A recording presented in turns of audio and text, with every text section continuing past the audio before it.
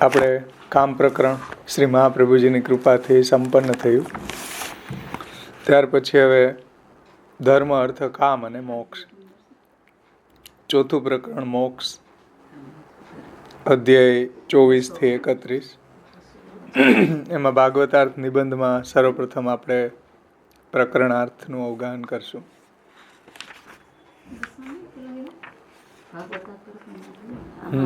બસો 26 પેજ ઉપર ભાગવતાર્થ પ્રકરણમાં.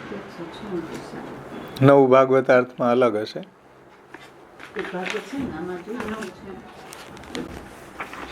શ્રી આચાર્ય ચરણો એમાં આજ્ઞા કરે છે કે હવે ચોથા પ્રકરણનો વિચાર કરવામાં આવે છે. મોક્ષ પ્રકરણ કહેવા માટે જ કામ પ્રકરણ કહેલું છે.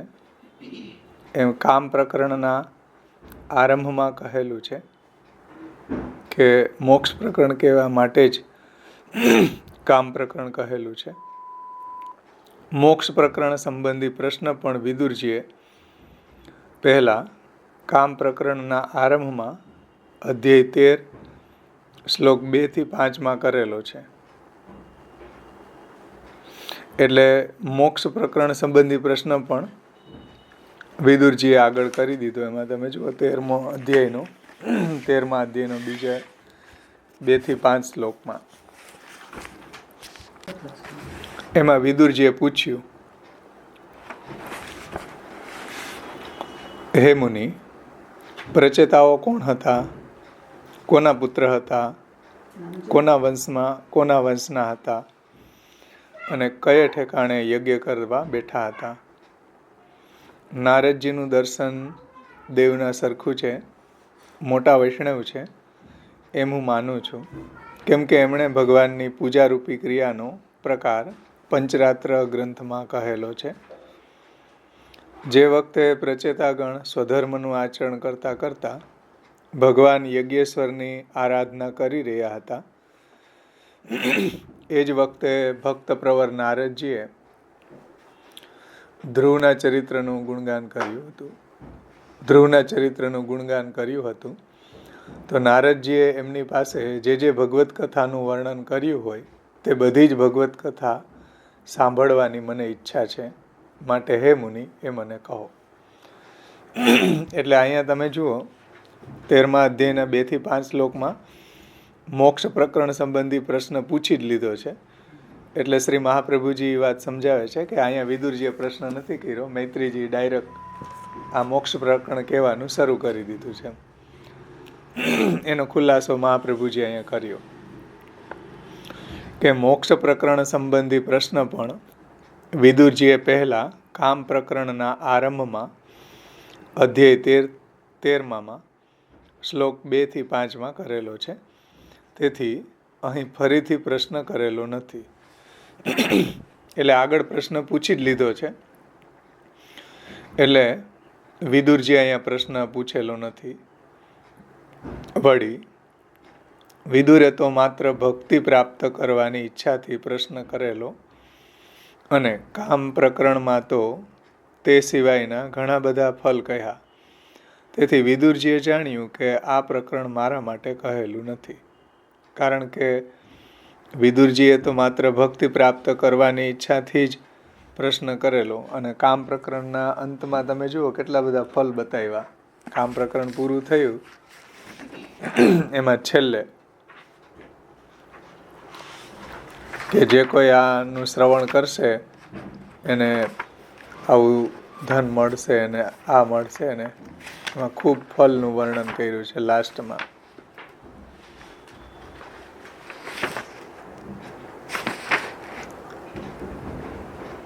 જે કોઈ પુરુષ હોય કે સ્ત્રી હોય આ ચરિત્ર 3 વાર સાંભળે અને જો એને સંતાન ન હોય તો એને સારા સંતાન પ્રાપ્ત થાય, નિર્ધન હોય તો એને ધન મળે, પ્રસિદ્ધિ ન હોય તો એની પ્રસિદ્ધિ થાય, કીર્તિ ફેલાય, મૂર્ખ હોય તો એ જ્ઞાની થાય, પંડિત થાય, ધર્મ અર્થ કામ મોક્ષને સારી રીતે પ્રાપ્ત કરી લે. પછી આ ચરિત્ર છે એ અમંગલને દૂર કરનારું છે, ધન પ્રાપ્ત કરાવનારું છે, યશ દેનારું છે, આયુષ્ય વધારનારું છે, સ્વર્ગની પ્રાપ્તિ કરાવનારું છે, કલિયુગના દોષોનો નાશ કરનારું છે. અને આ કોઈ શ્રદ્ધાથી સાંભળે તો એને ચારેય પુરુષાર્થોનું એને ચારેય પુરુષાર્થનું મોટું સાધન છે, એટલે ચારેય પુરુષાર્થ સિદ્ધ કરનારું છે વગેરે. ખૂબ આમાં ફલનું વર્ણન આગળ કરેલું છે. એટલે વિદુરજીને એવું લાગ્યું, કારણ કે વિદુરજીનો સ્વભાવ ભક્તિ પ્રાપ્ત કરવાનો હતો. વિદુરજીએ માત્ર ભક્તિ પ્રાપ્ત કરવાની ઈચ્છાથી જ પ્રશ્ન કરેલો, અને કામ પ્રકરણમાં તો ભક્તિ સિવાયના, તે સિવાયના એટલે ભક્તિ સિવાયના ઘણા બધા ફલ કહ્યા. તેથી વિદુરે જાણ્યું કે આ પ્રકરણ મારા માટે કહેલું નથી, પરંતુ જુદા જુદા ફલ કહ્યા તે ફલની કામનાવાળાઓ માટે આ કામ પ્રકરણ કહેલું હોવાથી મારા પ્રશ્નનો ઉત્તર હજી આવેલો નથી, એવું વિદુરજી વિચારે છે. તેથી મૈત્રેયજી પોતાની મેળે જ તેનો ઉત્તર કહેશે એવા વિચારથી તેણે ફરી પ્રશ્ન કર્યો નથી. કોણે? વિદુરજીએ ફરી પ્રશ્ન નથી પૂછ્યો, પણ 13મા અધ્યાયના 2 થી 5 શ્લોકની અંદર મોક્ષ પ્રકરણ સંબંધી પ્રશ્ન આગળ પૂછી જ લીધો છે. અને મૈત્રેયજી છે એ આ રીતે એનો પ્રશ્ન નથી પૂછેલો, પણ આગળ એને પૂછેલો છે, એટલે અહીંયા સીધું એ મોક્ષ પ્રકરણ કહે છે. આ પ્રકરણની અંદર 24 થી 31 સુધીના 8 અધ્યાયો છે. 24, 25, 26, 27, 28, 29, 30 અને 31. 31 અધ્યાયો કુલ ચતુર્થ સ્કંદના છે. આ પ્રકરણના 24 થી 31 સુધીના 8 અધ્યાયો છે.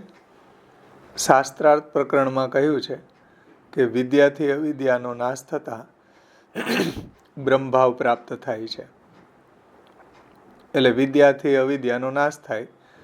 પંચપર્વા વિદ્યા છે, વૈરાગ્ય, સાંખ્ય, યોગ, તપ અને ભક્તિ.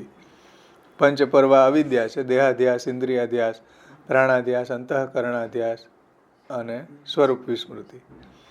તો વિદ્યાથી અવિદ્યાનો નાશ થતાં બ્રહ્મભાવ પ્રાપ્ત થાય છે. શ્રી મહાપ્રભુજીએ નિબંધમાં આ વાતને કહી છે કે વૈરાગ્ય, સાંખ્ય, યોગો તપો ભક્તિશ્ચ કેશવે પંચપર્વેતિ વિદ્યેયમ યયા વિદ્વાન હરિમ વિશેત. તો એનાથી બ્રહ્મભાવ પ્રાપ્ત થાય છે અને શ્રી કૃષ્ણની સેવાથી સાયુજ્ય પ્રાપ્ત થાય છે. વિદ્યાથી અવિદ્યાનો નાશ થાય તો બ્રહ્મભાવ પ્રાપ્ત થાય છે, જે જ્ઞાનીનું ફલ છે. અને શ્રી કૃષ્ણની સેવાથી સાયુજ્ય પ્રાપ્ત થાય છે. તો મોક્ષ 2 પ્રકારનો થયો. મોક્ષ અહીંયા 2 પ્રકારનો કહ્યો છે. એમ મોક્ષ 2 પ્રકારનો છે એમ ત્યાં એટલે શાસ્ત્રાર્થ પ્રકરણમાં જણાવેલું છે. બ્રહ્મભાવ અને શ્રી કૃષ્ણનું સાયુજ્ય, એ બંને પ્રકારના મોક્ષનું અનુક્રમે આ પ્રકરણમાં નિરૂપણ કરવામાં આવે છે. તો બ્રહ્મભાવ રૂપી મોક્ષ અને સાયુજ્ય રૂપી મોક્ષ બંને પ્રકારનું વર્ણન અહીંયા ક્રમ અનુક્રમે, એટલે પહેલા બ્રહ્મભાવનું અને પછી સાયુજ્ય રૂપી મોક્ષનું વર્ણન કરવામાં આવે છે. અને આ જે શ્લોક છે એ શાસ્ત્રાર્થ પ્રકરણનો 33મો શ્લોક છે. વિદ્યાથી અવિદ્યાનો નાશ થાય છે.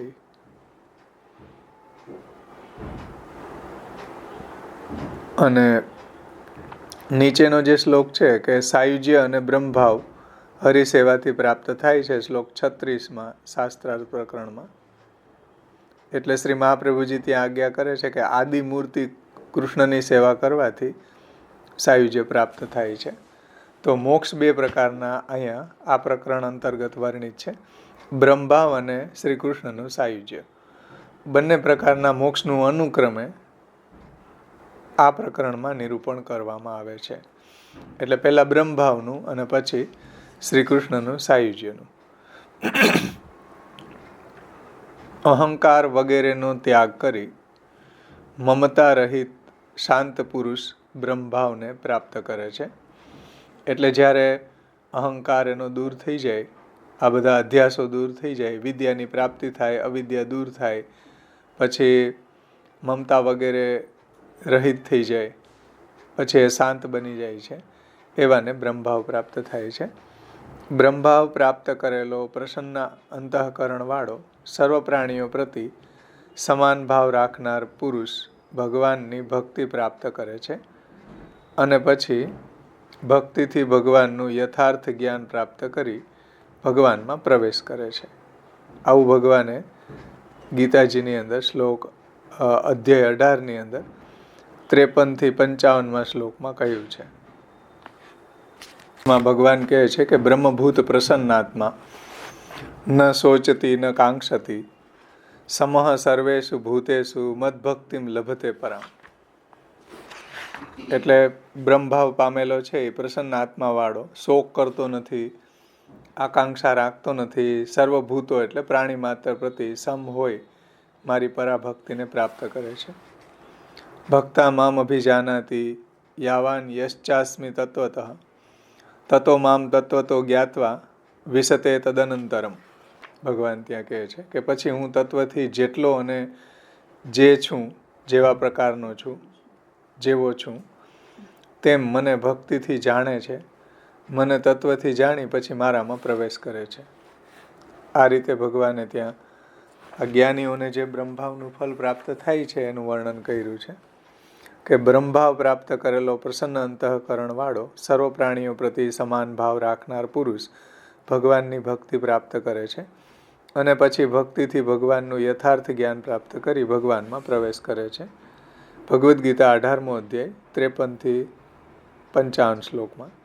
તેથી બ્રહ્મભાવ જેને પ્રાપ્ત થયેલો છે તેને ભક્તિના ભાવથી પુરુષોત્તમનું, ભક્તિના લાભથી પુરુષોત્તમનું જ્ઞાન થાય ત્યારે એને પુરુષોત્તમમાં પ્રવેશરૂપી સાયુજ્ય પ્રાપ્ત થવાનું કહેલું છે. એટલે બ્રહ્મભાવ જેને આવો પ્રાપ્ત થઈ ગયો, સર્વ પ્રાણી માત્રમાં એને એવી બ્રહ્મબુદ્ધિ થઈ ગઈ છે, તેને ભક્તિના લાભથી મતલબ ભક્તિ પ્રાપ્ત થવાથી પુરુષોત્તમનું જ્ઞાન થાય છે ત્યારે એને પુરુષોત્તમમાં પ્રવેશરૂપી સાયુજ્ય પ્રાપ્ત થવાનું કહ્યું છે. પ્રવેશ જુદા રહેવાથી જ થઈ શકે. હવે પ્રવેશ કેવી રીતના થઈ શકે? અલગ હોય તો એમાં પ્રવેશ થાય ને, એકાકાર થઈ ગયું હોય તો પ્રવેશ ક્યાં થાય? એટલે કહે છે કે ભાઈ જુદા રહેવાથી જ પ્રવેશ થઈ શકે. જુદા જ ન હોય, એકીકૃત થઈ જાય તો પછી પ્રવેશ કેવી રીતના થાય? શ્રી મહાપ્રભુજી એને સમજાવે છે કે પ્રવેશ જુદા રહેવાથી જ થઈ શકે છે અને જુદા રહીએ તો જ રસનો અનુભવ થવાનો સંભવ હોવાથી સાયુજ્યમાં અધિક રસની પ્રાપ્તિ થાય છે. એટલે જુદા રહીએ તો જ રસનો અનુભવ થવાનો સંભવ હોવાથી, મતલબ જુદા રહીને જ્યારે ભગવાનનું ભજન કરવામાં આવે તો આપણને ભગવદ આનંદ પ્રાપ્ત થાય ને. રસ એટલે આનંદ, રસાનુભૂતિ એટલે ભગવદ આનંદની અનુભૂતિ. એ ક્યારે થાય? તો કે ભગવાન અલગ છે, ભક્ત અલગ છે. ભક્ત છે એ ભગવાનનું ભજન કરે છે, સેવા કરે છે, તો એને એ રીતે રસદાન પ્રાપ્ત થાય છે, ભગવદ આનંદની એને પ્રાપ્તિ થાય છે. પણ જો બ્રહ્મભાવની અંદર જેમ અક્ષર બ્રહ્મની અંદર કોઈ લય થઈ જાય તો એને પછી આનંદની પ્રાપ્તિ સર્વેન્દ્રિયોથી ન થાય. એમ શ્રી મહાપ્રભુજી આવા શાસ્ત્રાર્થની બંધમાં કહી છે કે બ્રહ્માનંદે પ્રવિષ્ટાનામ આત્મનૈવ સુખપ્રમા સંઘાતસ્ય વિલીનત્વાદ ભક્તાનાંતુ વિશેષતઃ સર્વેન્દ્રિય તથા ચાંતઃકરણે આત્માનામપી બ્રહ્મભાવાતુ ભક્તાનામ ગૃહેવ વિશિષ્યતે. કે જે બ્રહ્મભાવ પામેલા છે એને તો અક્ષર બ્રહ્મની અંદર એનું સાયુજ્ય થઈ, એટલે અક્ષર બ્રહ્મમાં એનો લય થઈ જાય, એટલે એની ઇન્દ્રિયોનો લય થઈ જાય છે. તો ઇન્દ્રિયો ન હોય તો પછી ભગવાનનો આનંદ કેમ લઈ શકે? એટલે શ્રી મહાપ્રભુજી અહીં કહે છે કે સાયુજ્ય છે એની અંદર તો રસનો અનુભવ થવાનો સંભવ હોવાથી સાયુજ્યમાં અધિક રસની પ્રાપ્તિ થાય છે. અધિક રસ એટલે અધિક આનંદની પ્રાપ્તિ થાય છે. અહીંયા સાયુજ્ય એટલે સમાઈ જવું એવું નહીં, પણ સાથે રહેવું. સયુજો ભાવો એટલે સાથે રહેવું. સર્વાન કામાન સહબ્રહ્મણા વિપશ્ચિતા, સર્વ કામને બ્રહ્મની સાથે ભોગવે છે. એ પ્રકારનું સાયુજ્ય અહીંયા સમજવું. સાયુજ્યનો મતલબ કોઈ એની અંદર વિલીન થઈ જવું એવું સાયુજ્ય નહીં, પણ સાથે રહેવું, પ્રભુની સાથે બધી ક્રીડાઓ, બધી લીલાઓની અનુભૂતિ, સ્વરૂપાનંદ, ભજનાનંદની પ્રાપ્તિ થવી. તો એ રસનો અનુભવ થવાનો સંભવ છે. એટલે બ્રહ્માનંદ કરતાં ભગવાનનું સાયુજ્ય છે એ અધિક ફલ છે, અધિક એમાં આનંદની પ્રાપ્તિ થાય છે, એવું શ્રી મહાપ્રભુજીનું અહીંયા કહેવાનું તાત્પર્ય છે. જો સાયુજ્યમાં અધિક રસની પ્રાપ્તિ થાય છે. બ્રહ્મભાવમાં તો બ્રહ્મ સાથે ભળી જવાનું હોવાથી, બ્રહ્મ સાથે એક્ય થવાથી સાયુજ્યમાં થાય છે એવો રસનો અનુભવ થતો નથી. સમજે ને? બ્રહ્મભાવ છે એ જે મુક્તિ છે એની અંદર શું થાય? સર્વેન્દ્રિય તથા ચાંતઃકરણે બધું જ અક્ષર બ્રહ્મની અંદર લય થઈ જાય. એટલે એને સર્વેન્દ્રિયોથી એ આનંદને ભોગવી નથી શકતો, પણ સાયુજ્ય મુક્તિની અંદર બધી ઇન્દ્રિયોથી ભગવાનનો આનંદ લઈ શકે છે, ભગવાનને એન્જોય કરી શકે છે. એટલે શ્રી મહાપ્રભુજી કહે છે કે બ્રહ્મભાવ કરતાં સાયુજ્ય શ્રેષ્ઠ છે. સાયુજ્યનો મતલબ પાછો સમજી જાઓ કે અંદર ઘૂસી જવું એમ નહીં, સમાઈ જવું એમ નહીં, પણ સાથે રહેવું. જેમ આપણે સમુદ્રની અંદર કે તળાવની અંદર સ્નાન કરવા માટે પડ્યા તો એની અંદર જે તરવાનો આનંદ લઈએ તો એ સમુદ્રની અંદર આપણું સાયુજ્ય છે. ડૂબાડી દે કોકને, એ એક પ્રકારનું સાયુજ્ય છે, એ બ્રહ્માનંદાત્મક સાયુજ્ય છે. કોઈને સમુદ્રમાં ડૂબાડી દે તો પૂરું થઈ જાય, એ એનું બ્રહ્માનંદાત્મક બ્રહ્મભાવરૂપી સાયુજ્ય છે. અને જલની અંદર તરવાનો આનંદ લેવો, એ જે આનંદ છે એ સાયુજ્ય છે. એ જે અહીંયા મહાપ્રભુજી સમજાવવા માગે છે ભક્તિ માર્ગી સાયુજ્ય છે, જે સેવા ફલમાં પણ શ્રી મહાપ્રભુજીએ સમજાવ્યું છે. અલૌકિક સામર્થ્યમ સાયુજ્યમ સેવા ઉપયોગી દેહો વૈકુંઠાદિષુ. તો એમાં સાયુજ્ય છે એટલે ભગવાનની સાથે રહેવું, એનું નામ સાયુજ્ય. સંયુજો ભાવો ઇતિ સાયુજ્યમ. તો સાયુજ્ય છે એની અંદર અધિક આનંદની પ્રાપ્તિ થાય છે, અધિક રસની પ્રાપ્તિ થાય છે. બ્રહ્મભાવમાં તો બ્રહ્મ સાથે ભળી જવાનું હોવાથી, બ્રહ્મની સાથે એક્ય થવાથી સાયુજ્યમાં થાય છે એવો રસનો અનુભવ થતો નથી. બ્રહ્મભાવમાં શું થાય? સર્વેન્દ્રિયોનો લય થઈ જાય. એટલે શાસ્ત્રાર્થ પ્રકરણમાં મહાપ્રભુજી આ વાતને સમજાવે છે. 51મી કારિકા છે કે બ્રહ્માનંદે પ્રવિષ્ટા નામ આત્મનૈવ સુખપ્રમા. બ્રહ્માનંદની અંદર જે પ્રવિષ્ટ થઈ ગયો એને આત્માથી જ સુખ થાય છે, પણ જે ભક્ત છે એને સર્વેન્દ્રિય તથા ચાંતઃકરણે આત્માનામ અપી બ્રહ્મભાવાતુ ભક્તાનામ ગૃહેવ વિશિષ્યતે. જે ભગવાનની સેવા કરે છે સર્વેન્દ્રિયોથી, એને તો બધી ઇન્દ્રિયોથી ભગવાનનો આનંદ લઈ શકે છે, એવું ત્યાં શ્રી મહાપ્રભુજી કહે છે. એ જ વાતને અહીંયા સમજાવે છે કે સાયુજ્યમાં અધિક રસની પ્રાપ્તિ થાય છે. બ્રહ્મભાવની અંદર તો બ્રહ્મ સાથે ભળી જવાનું હોવાથી, બ્રહ્મ સાથે એક્ય થવાથી સાયુજ્યમાં થાય છે એવો રસનો અનુભવ એટલે કે આનંદનો અનુભવ બ્રહ્મભાવમાં થતો નથી.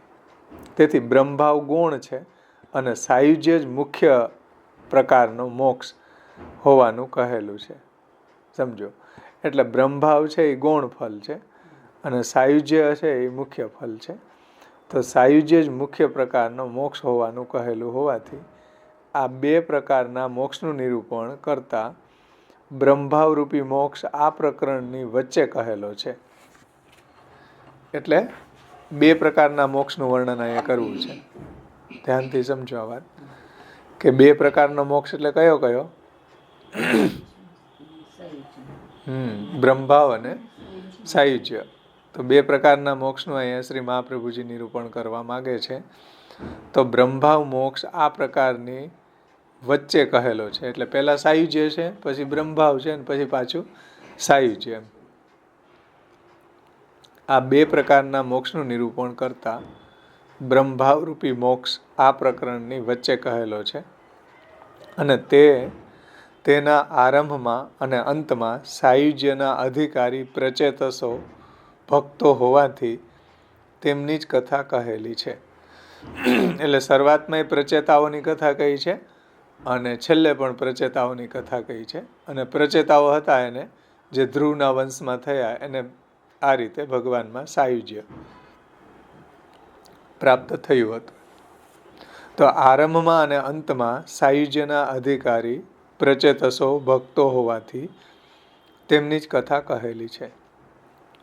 આવી રીતના સાયુજ્યની કથા ચીપિયા રૂપ આરંભમાં અને અંતમાં અથવા તો બંને છેડે કહેલી છે. ચીપિયો એટલે ચાણસી. ચાણસી હોય ને બે બાજુથી પકડે એમ, એ રીતે આ પહેલા સાયુજ્યનું વર્ણન છે, પછી સાયુજ્યનું વર્ણન છે, વચ્ચે બ્રહ્મભાવરૂપી મોક્ષનું વર્ણન છે.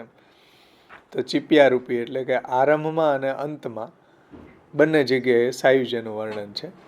તો બંને છેડે રહેલી કથાથી કહેલી છે.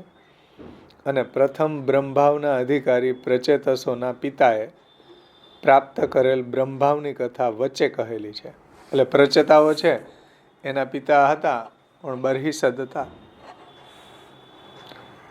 તો એની કથા વચ્ચે કહી છે. એને બ્રહ્મભાવરૂપી ફળ પ્રાપ્ત થયું છે, પ્રચેતાઓને સાયુજ્યરૂપી ફળ પ્રાપ્ત થયું છે.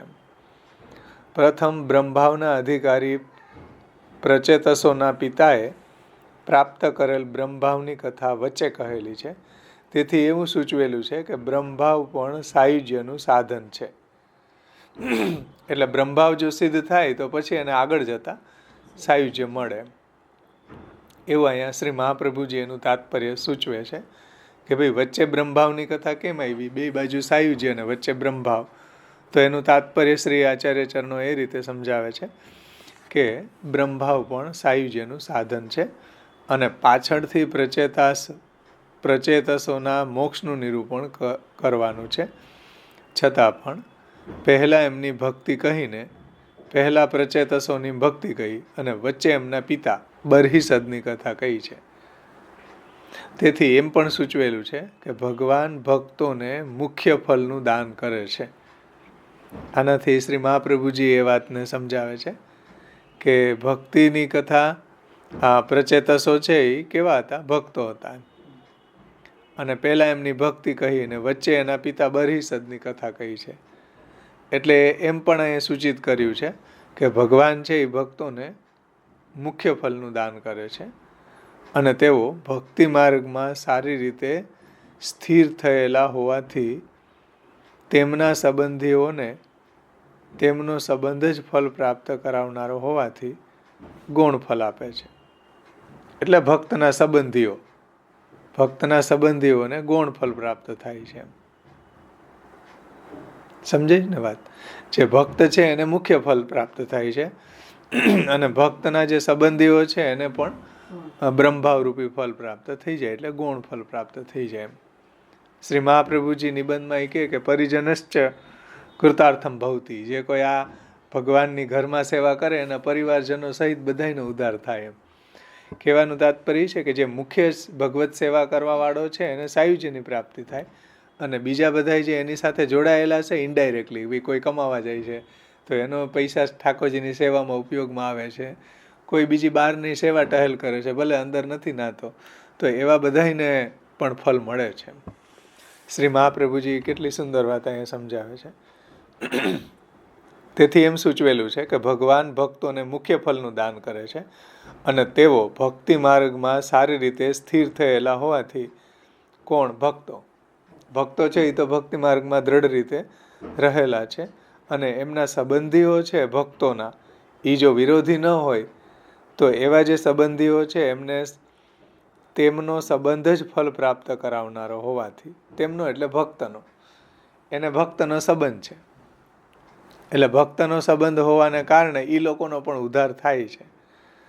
જે પ્રહલાદજીએ આમાં સપ્તમ સ્કંદમાં કીધું ને કે ભાઈ ભક્ત છે એની 21 પેઢી તરી જાય.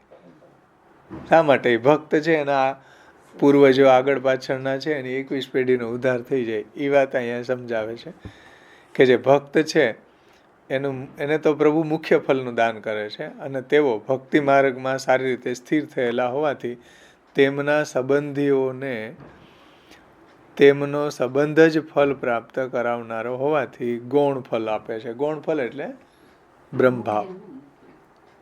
ગૌણ એટલે મુખ્ય નહીં. મુખ્ય કયું અહીંયા બતાવ્યું? સાયુજ્ય. ઠાકોરજીમાં સાયુજ્ય એવું ફળ પ્રાપ્ત ન થતા અહીંયા એને ગૌણ ફળ એટલે બ્રહ્મભાવ ફળ પ્રાપ્ત થાય છે, જે ભક્તિનું અવાંતર ફળ છે. તથા સંસાર દુઃખસ્ય નિવૃત્તિ બ્રહ્મબોધન.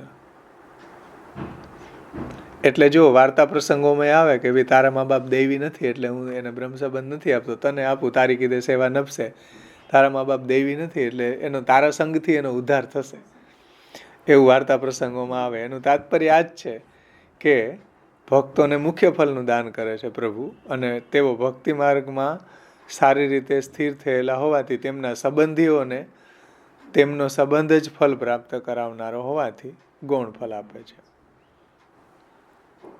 જેમ ઋષિ પત્નીઓ હતા તો એ ઋષિ પત્નીઓનો પ્રભુએ અંગીકાર કર્યો, મતલબ પ્રભુએ એનું ભોજન આરોગ્યા અને ઘરે ગયા તો એના જે બ્રાહ્મણો હતા એનો ઉદ્ધાર આ પત્નીઓ દ્વારા થયો. એ રીતે ગોપો હતા તો ગોપોને વ્રજભક્તો દ્વારા ફલ મળ્યું. એટલે અહીંયા કહે છે કે સંબંધીઓને એ રીતે ઉદ્ધાર થાય છે. એમ પ્રથમ એટલે સમજાણું ને, બ્રહ્મભાવરૂપી ફલનું વર્ણન છે અને સાયુજ્યનું. પહેલા સાયુજ્ય, પછી બ્રહ્મભાવ, પછી સાયુજ્ય. પ્રચેતાઓ ભક્ત છે, પ્રચેતાઓને સાયુજ્ય મળ્યું, એના પિતા બરહિસદ હતા, એને બ્રહ્મભાવનું ફલ પ્રાપ્ત થયું. આ રીતે આખું આવશે અધ્યાયમાં. શ્રી મહાપ્રભુજી પહેલા આપણને આ બધું સમજાવી દે કે જે શું વિષય આવશે, એનું ગૂઢ રહસ્ય શું છે.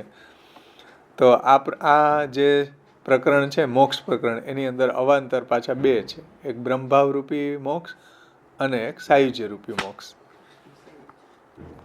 હવે શ્રી મહાપ્રભુજી આગળ સમજાવે છે. અહીંયા સુધીમાં ન સમજાણું હોય તો પૂછો, એ બધું સમજાઈ ગયું?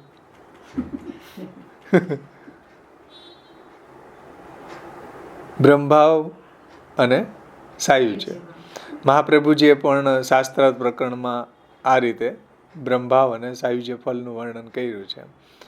તો અહીંયા જે પ્રકરણની આખી એરેન્જમેન્ટ છે, એની વ્યવસ્થા એ રીતની છે કે ભાઈ પહેલાં સાયુજ્યનું વર્ણન આવશે, પછી બ્રહ્મભાવનું ને પછી સાયુજ્યનું. એમાં પ્રચેતાઓ છે એ ભગવાનના ભક્ત છે એટલે એને ભગવાને સાયુજ્ય ફલ આપ્યું. બરહિસદ છે એ જ્ઞાની હતો, યજ્ઞ કરતો હતો, કર્મકાંડી, એને નારદજીની કૃપાથી પછી આગળ આ રીતે બ્રહ્મભાવનું ફલ મળ્યું. એ પ્રચેતાઓની કૃપાથી નહીં મળ્યું છે કે એનું અંતઃકરણ શુદ્ધ થયું. એ શ્રી મહાપ્રભુજી આપણને સમજાવશે આગળ. ભાગવતમાં પણ વિસ્તારથી આ કથા કહી છે. સંબંધીઓને તેમનું ફળ મળે એમ કીધું, તો એ એમાં મદદ કરે એને કે પછી બધા આવી જાય એમાં સંબંધ? મદદ કરે એટલે જે એમાં હેલ્પ કરવા વાળા વિરોધી હોય તો ન મળે. જે બધા એની અંદર જોડાયેલા હોય, ભલે માનો કે તમારો છોકરો છે કે ભણી રહ્યો છે તો ભણીને એ દ્રવ્ય આવશે, કમાશે તો સારી રીતે તમારી સેવામાં ઉપયોગી થશે. ડાયરેક્ટલી અથવા તો ઇનડાયરેક્ટલી જોડાયેલા હોય કોઈ ને કોઈ તમારા ઘરના સભ્યો, એટલે એને એવું ફલ પ્રભુ આપે છે. હા, સાવ વિરોધી હોય ભક્તિના ને સેવાના ઠાકોરજીના, એને ન મળે કાંઈ, વિરોધીઓને ન મળે. પણ જે લોકો કાંઈ ને કાંઈ સંસર્ગમાં આવતા હોય, થોડાક આપણી સાથે એ સેવામાં, ભલે સેવામાં અંદર નહીં પણ બહાર ક્યાંક ને ક્યાંક એનો ઉપયોગ થતો હોય, ભાઈ લીલોતરી લાવી દે, કાંઈ બહારનું ઘર સાફ કરી દે, કપડાં ધોઈ દે, તો એ વૈષ્ણવ સેવામાં એ સમય આપે. ભગવત સેવા પરાયણ હોય તો વૈષ્ણવની સેવા કરવા વાળા ઘરમાં હોય, છોકરા છોકરી કે વગેરે, તો એ પાછી કપડાં ધોવા કે શાકભાજી લઈ આવીને ક્યાંક ને ક્યાંક એ ઉપયોગમાં આવી જ જાય. એમ તો એનો કૃતાર્થતા થાય છે. એમ હા, ક્યાંક ને ક્યાંક આડાવડા ઉપયોગમાં આવતા જ હોય ને, ઇનડાયરેક્ટલી ડાયરેક્ટલી બધી રીતે. પણ સાવ જે ભગવાનના વિરોધી હોય, ભક્તના વિરોધી હોય, એવા લોકોને ફલ ન મળે, એવા લોકોને નરક મળે. ભગવાનના અને ભક્તોના વિરોધી હોય એને કંઈ ફલ ન મળે. ભગવાન કોઈ વિશેષ કૃપા કરીને આપે તો અલગ વાત છે, જેમ હિરણ્યકશિપુને આપી દીધું એમ.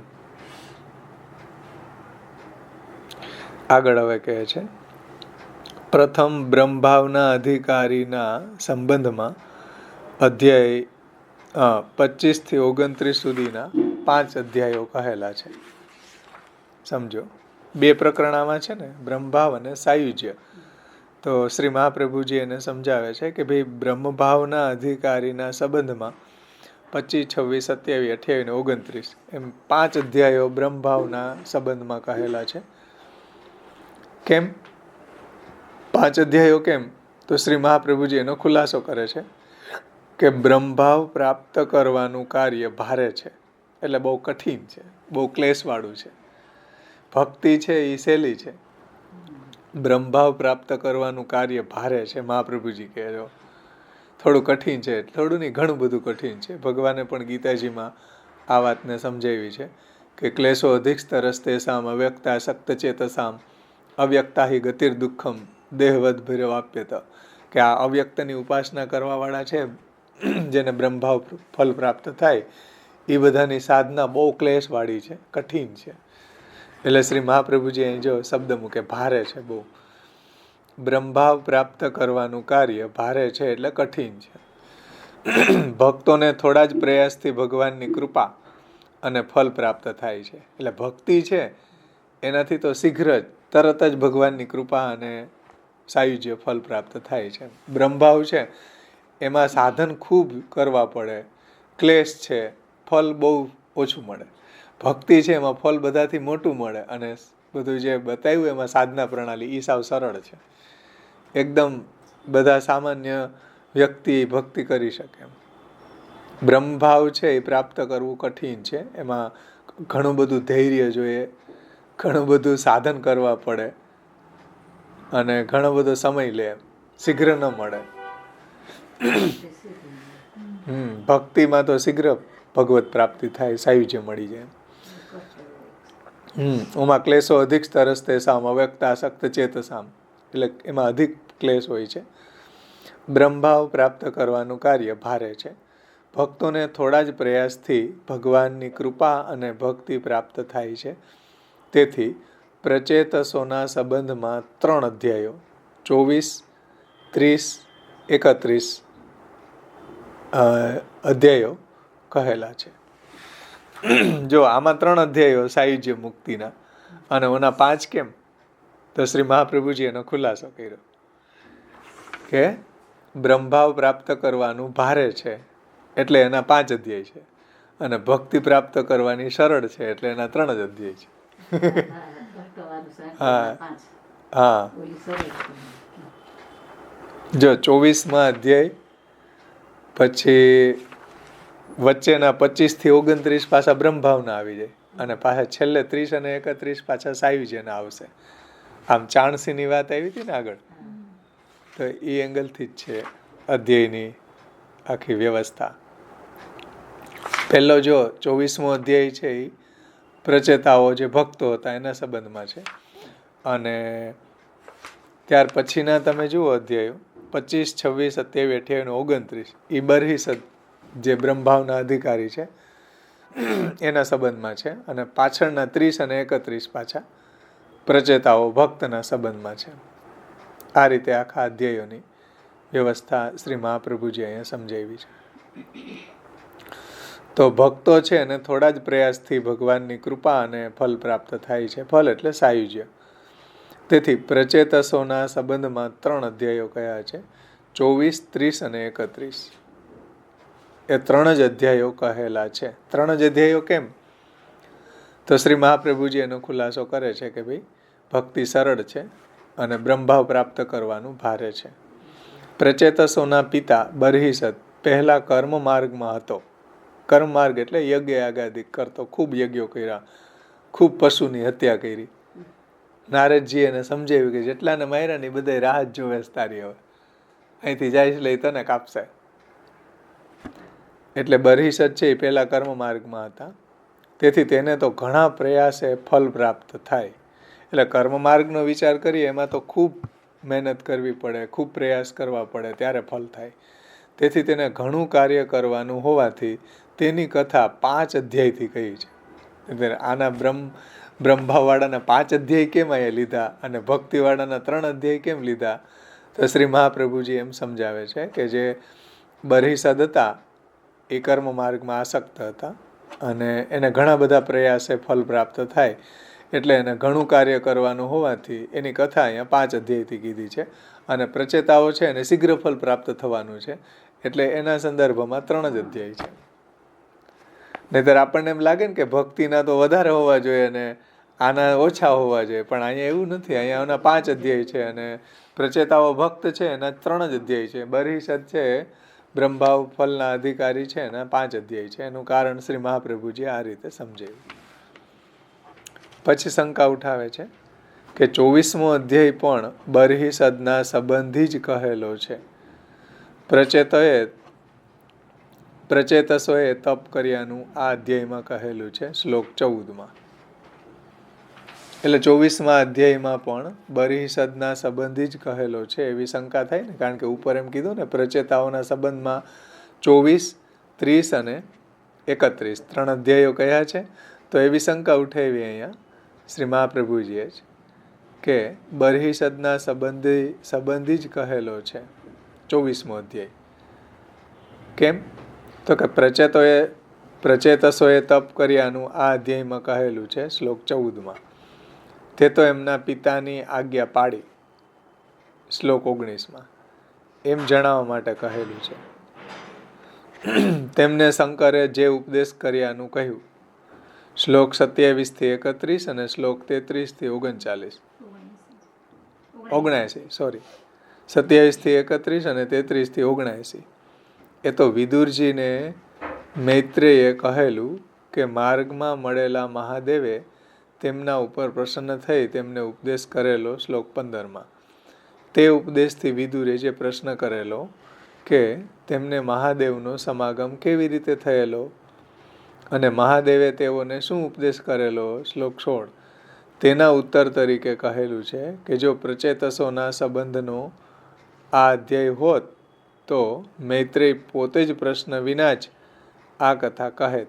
તેથી અહીં જે પ્રચેતસો સંબંધી કથા કહી છે તે તો પ્રસંગને લીધે કહેલી હોવાથી આ અધ્યાય તેમના સંબંધવાળો નથી.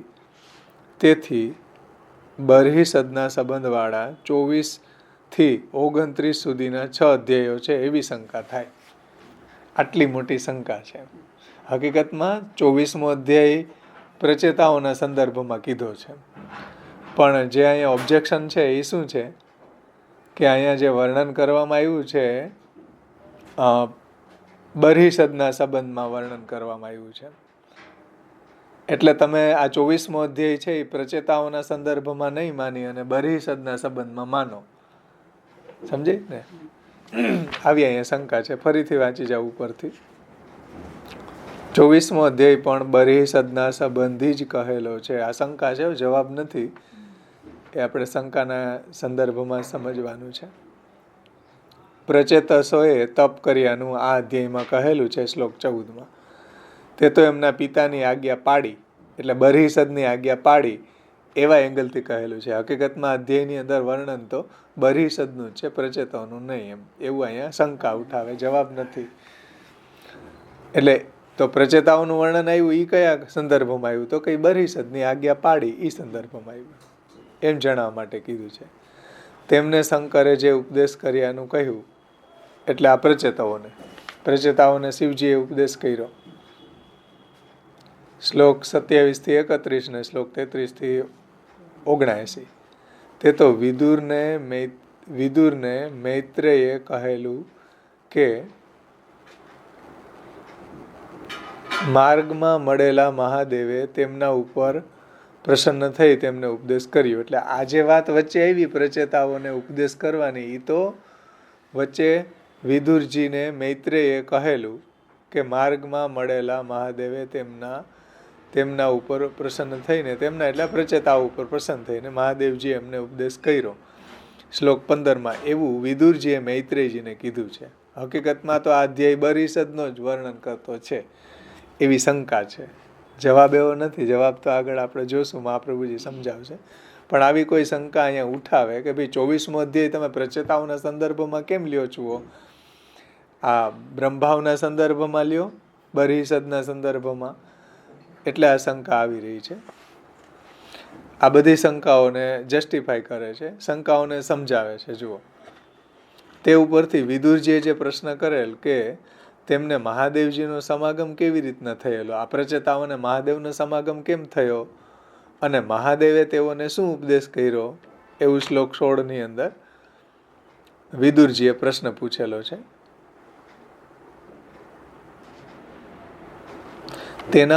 તેના ઉત્તર તરીકે કહેલો છે.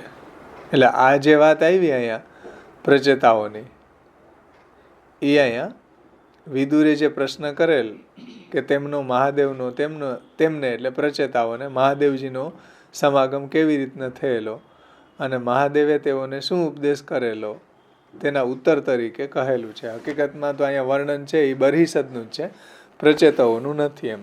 એટલે આ અધ્યાય 24મો અધ્યાય નહીં તમે બરહિસદના વર્ણનમાં માનો એમ. 24 થી 29 અધ્યાય એમ કયો તમે. એમ કહો છો કે 24, 30 અને 31 એમાં 24મો અધ્યાય લીધો ને શ્રી મહાપ્રભુજીએ, તો 24મો અધ્યાય તો પ્રચેતાઓના સંદર્ભમાં જ છે.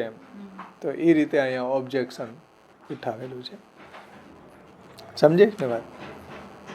એટલે શ્રી મહાપ્રભુજી કહે છે, આ શંકા સમજાવે છે, હજી શંકાને જ ફોલો કરે છે કે તેના ઉપર ઉત્તર તરીકે કહેલું છે, જો પ્રચેતસોના સંબંધનો આ અધ્યાય હોત તો મૈત્રેયજી પોતે જ પ્રશ્ન વિના જ આ કથા કહેત. એટલે જો પ્રચેતાઓના કોન્ટેક્ટમાં આ વાત આવતી હોત તો મૈત્રેયજી સામેથી જ પ્રચેતાઓની કથા કહેત. તેથી અહીં જે પ્રચેતસો સંબંધી કથા કહી છે તે તો પ્રસંગને લીધે કહેલી હોવાથી આ અધ્યાય તેમના સંબંધવાળો નથી. એટલે પ્રચેતાઓના સંબંધવાળો નથી, પણ બરહિસદના સંબંધવાળો છે. એટલે 24 થી 29 સુધીના અધ્યાયોને તમે બરહિસદના સંબંધવાળા ગણો. આવી શંકા અહીંયા ઉઠાવી. શ્રી મહાપ્રભુજી એનો જવાબ આપે છે, સમાધાન. હવે સમજી ને, શંકા આવી છે, જવાબ તો અહીંયા મહાપ્રભુજી પહેલા જ કહી દીધો કે 24, 30 અને 31 ત્રણ અધ્યાય પ્રચેતાઓના કોન્ટેક્ટમાં છે, અને 25 થી 29 એ બરહિસદના સંદર્ભમાં છે. તો શ્રી મહાપ્રભુજી હવે સમાધાન એ રીતે સમજાવે છે કે તો જાણવું કે આ અધ્યાયમાં મુખ્ય રીતે પ્રચેતસોનું જ નિરૂપણ કરેલું છે. પિતાએ પ્રજા ઉત્પન્ન કરવાની આજ્ઞા કરેલી. પિતા એટલે બરહિસદ, પ્રચેતાઓના. એવું શ્લોક 14માં કહ્યું.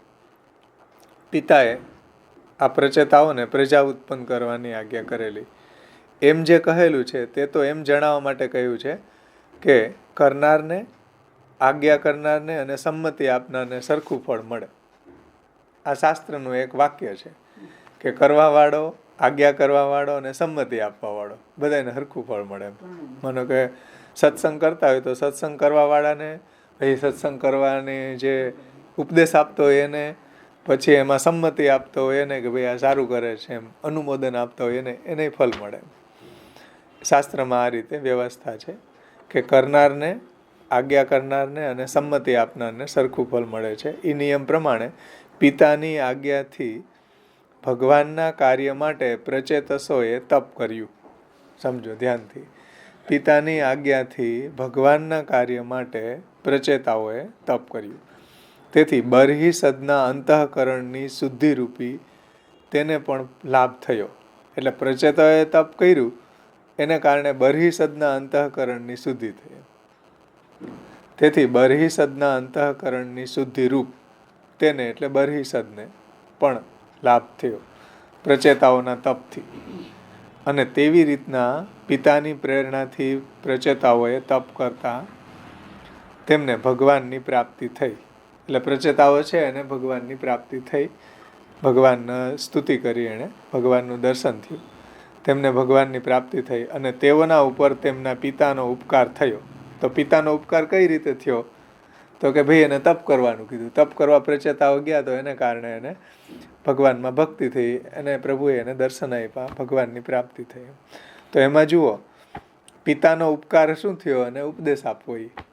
એટલે કરનારને, આજ્ઞા કરનારને અને સંમતિ આપનારને સરખું ફળ મળે. એ ન્યાયથી અહીંયા શ્રી મહાપ્રભુજી સમજાવે છે કે બરહિસદે છે પ્રચેતાઓને સાચી દિશામાં મોકલા એમ, એટલે એને તપ કરવાનું કહ્યું. તો પિતાની આજ્ઞાથી ભગવાનના કાર્ય માટે પ્રચેતાઓએ તપ કર્યું. તેથી બરહિસદના અંતઃકરણની શુદ્ધિરૂપી તેને પણ લાભ થયો. અને એવી જ રીતના પિતાની પ્રેરણાથી પ્રચેતાઓએ તપ કરતા તેમને ભગવાનની પ્રાપ્તિ થઈ. તેઓના ઉપર તેમના પિતાનો ઉપકાર થયો.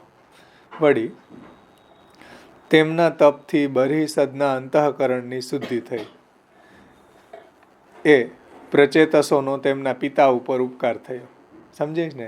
એટલે પ્રચેતાઓએ તપ કર્યું બરહિસદની આજ્ઞાથી, એને કારણે બરહિસદના અંતઃકરણ પણ શુદ્ધ થઈ ગયું. એ પ્રચેતાઓનો એના પિતા ઉપરનો ઉપકાર થયો. કારણ કે જો એનું અંતઃકરણ પ્રચેતસોના તપથી શુદ્ધ થયું ન હોત તો મને નિર્મલ જ્ઞાન આપો. માણસ કપટ ધર્મવાળા ઘરોમાં રહેતા મોક્ષ પ્રાપ્ત કરી શકતો નથી. અધ્યાય 25 શ્લોક 5-6 એમ તે અકસ્માત કેવી રીતના કહે આ બરહિસદ. બરહિસદે 25મા અધ્યાયના 5-6 શ્લોકમાં નારદજીને એને એમ કીધું કે મને નિર્મલ જ્ઞાન આપો, મને જ્ઞાનો ઉપદેશ કરો. કેમ? તો કે માણસ કપટ ધર્મવાળા ઘરોમાં રહેતા મોક્ષ પ્રાપ્ત કરી શકતો નથી. એટલે કપટ ધર્મવાળો જે ઘર છે, કપટ ધર્મવાળા ઘર, અંધારા કુવા રૂપી, એમાં માણસો પડેલા રહે છે, એટલે એ મોક્ષ પ્રાપ્ત નથી કરી શકતા. આવું જે બરહિસદ રાજાએ કીધું, નારદજીને વિનંતી કરી જ્ઞાન પ્રાપ્ત કરવા માટે, એનાથી શ્રી મહાપ્રભુજી એમ સૂચન કરે છે કે પ્રચેતાઓના તપથી બરહિસદના અંતઃકરણની શુદ્ધિ થઈ છે. અને અંતઃકરણ શુદ્ધ થયું એટલે જ એને આવો પ્રશ્ન કર્યો કે મને જ્ઞાન પ્રાપ્ત કરાવો, મને નિર્મલ જ્ઞાન આપો. એમ તો એવું નિર્મલ જ્ઞાન આપો એવું જે બરહિસદ કહી રહ્યા છે, એનું કારણ પ્રચેતાઓના તપથી બરહિસદના અંતઃકરણની શુદ્ધિ થઈ એટલા માટે. એટલે એ એનો ઉપકાર થયો. પ્રચેતાઓનો ઉપકાર બરહિસદ ઉપર થયો. બરહિસદે તપ કરવાનું કીધું પ્રચેતાઓને, એ એનો ઉપકાર થયો.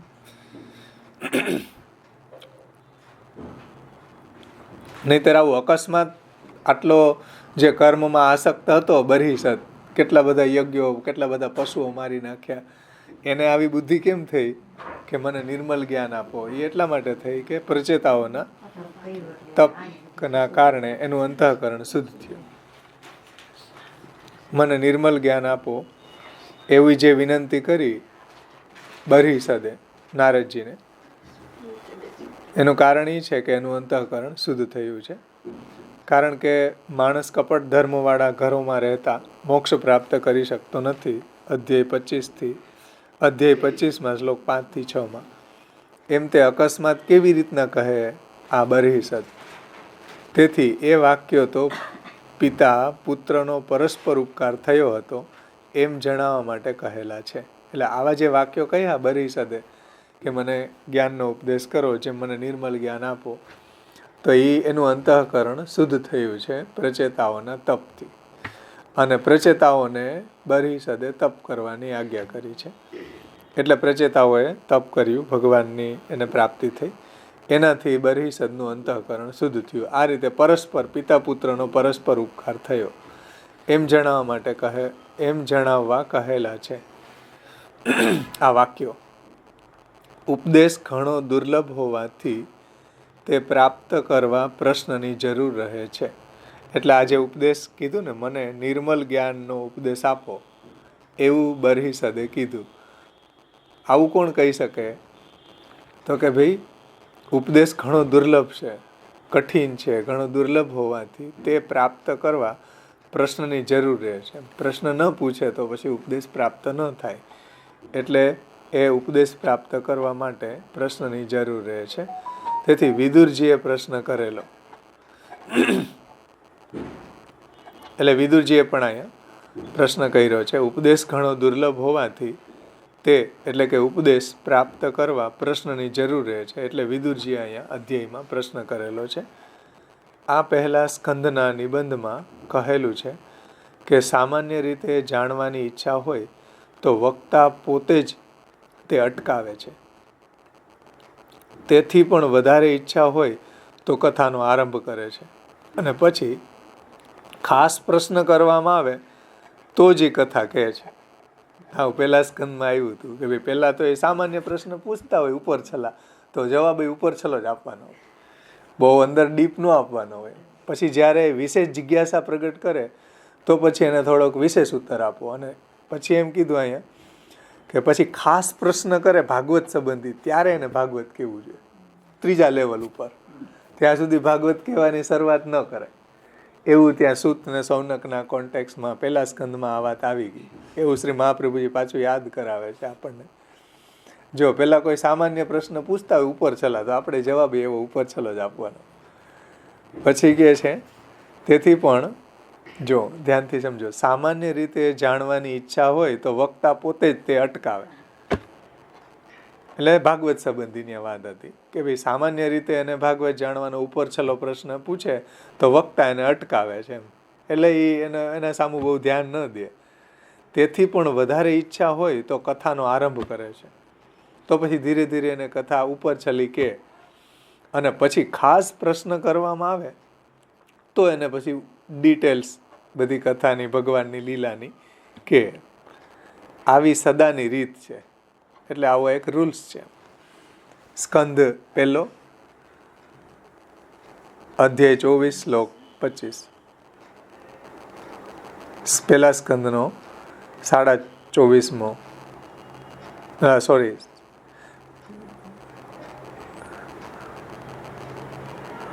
આમાં જ છે.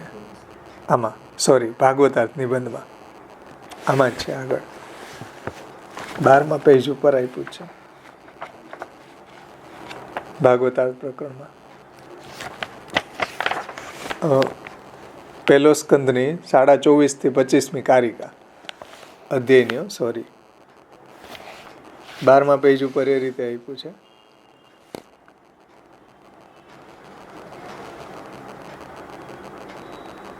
જો શ્રી મહાપ્રભુજી કેટલું સુંદર વાત કહે છે. નીચેનો પેરા એમાં અલગ પેજ હશે. પ્રથમ અધિકાર વાળો શ્રોતા એમાં શ્રી મહાપ્રભુજી કહે છે, ભગવાનની કૃપાથી જેને સત્સંગ થયેલો છે તેવા તીર્થો અને યજ્ઞોથી પવિત્ર થયેલો ઉત્તમ પુરુષ પ્રયત્નપૂર્વક શ્રી કૃષ્ણ સંબંધી પ્રશ્ન કરે ત્યારે ભાગવત કહેવાની પ્રવૃત્તિ થઈ શકે. આવા શ્રોતાને પણ એકાએક ભાગવતનો ઉપદેશ કરવો યોગ્ય નથી, પરંતુ એના હૃદયની પરીક્ષા કરીને જ તે યોગ્ય જણાય તો જ ઉપદેશ કરવો જોઈએ. આ ભાગવતનો અધિકારી છે કે નહીં એવું જાણીને એને ઉપદેશ કરવો જોઈએ. એવો પ્રકાર વ્યાસજીએ ભાગવતમાં દર્શાવેલો છે. જો ભાગવતજીનું જ્ઞાન સામાન્ય રીતે પ્રાપ્ત કરવાની ઈચ્છા હોય તો વક્તાએ પોતે એને અટકાવી દેવો જોઈએ. જો ઉપર છેલ્લું એને જ્ઞાન મેળવવાની ઈચ્છા હોય તો આપણે પણ બહુ એમાં ધ્યાન ન દે, એને અટકાવવો જોઈએ.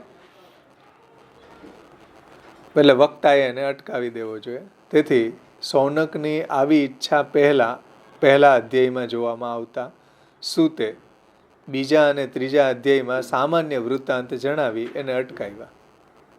એટલે સૂતજીએ શું કર્યું? સૂતજીએ સામાન્ય જ વૃત્તાંત કીધો ભાગવતના, બહુ ડિટેલ્સ ન કીધી.